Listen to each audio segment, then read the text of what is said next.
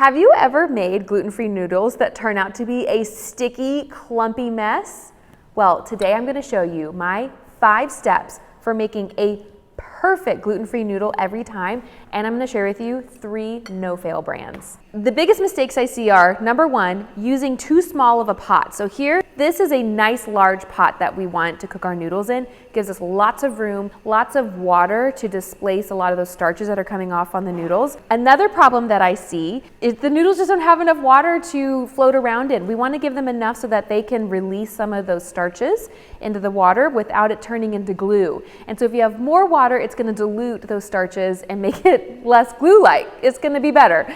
And then the third mistake that I see when it comes to gluten-free noodles is you don't have an actual rolling boil. So here in front of me, I have 2 pots of water going, and on the correct pot, this is bubbling rapidly. It's a really nice, big, rapid bubble. And the other one has just little bubbles simmering at the bottom of the pan. We want a rolling boil here. Number 1 method, make sure you have enough water. And to get enough water, you probably need a larger pot than you really think. I have a oval shaped pot at home that I actually think is perfect for like long noodles, spaghetti and fettuccine, those kinds of noodles. So get a nice big pot with plenty of water, more than you think. In our pasta goes, and you can see because I used a nice big pot, I don't have to break those noodles for them to fit. They all go in the water at the same time.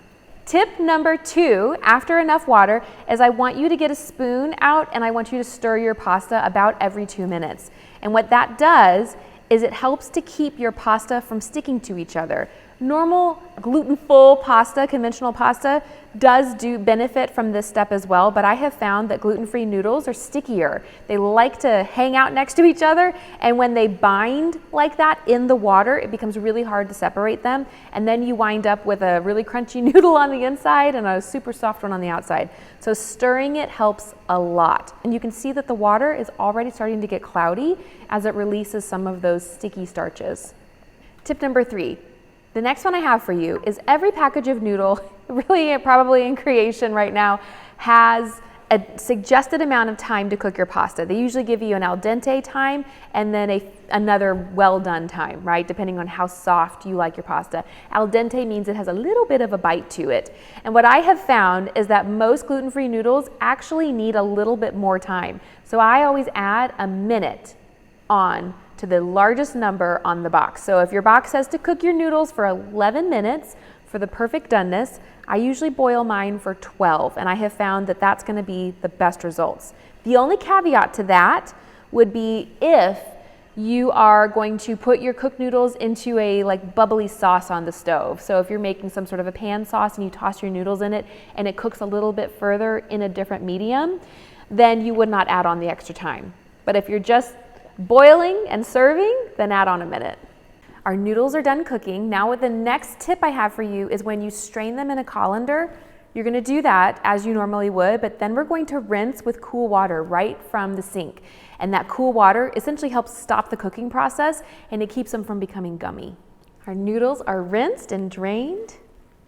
Just going to add those right here into a bowl. And a pro tip or a pro of rinsing your noodles, at least in my house, is it cools them off also in the process so that my very hungry toddlers they actually can't eat them right away. Okay, the last tip I have for you for perfect, foolproof, gluten-free noodles that are not sticky, that are perfectly cooked and long and stringy and delicious is to cover them in olive oil right away.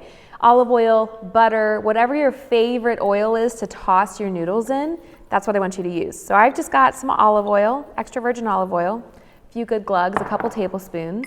I'm also going to use this as an opportunity to go ahead and season my noodles with a little bit of sea salt.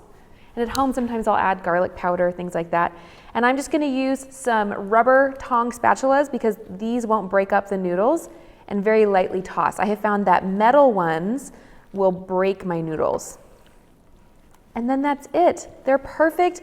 None of them are stuck together. They're nice, long noodles, and they're all cooked to the same doneness. One thing I want to cover when it comes to getting the best results on your gluten-free noodles is that the kinds of noodles you're starting with matters. It's like my dad says when it comes to smoked meat, he always says smart good, start good and good. And so when you start with really great noodles, you're going to have a really great product. And I have tried, I feel like every brand under the sun I have tried, because I feel like it's my job. It's my duty to try all the gluten-free noodles for you and tell you which ones are the best ones, and these are them. So honestly, I've gotten the best results from Berea. Makes a fantastic gluten-free noodle.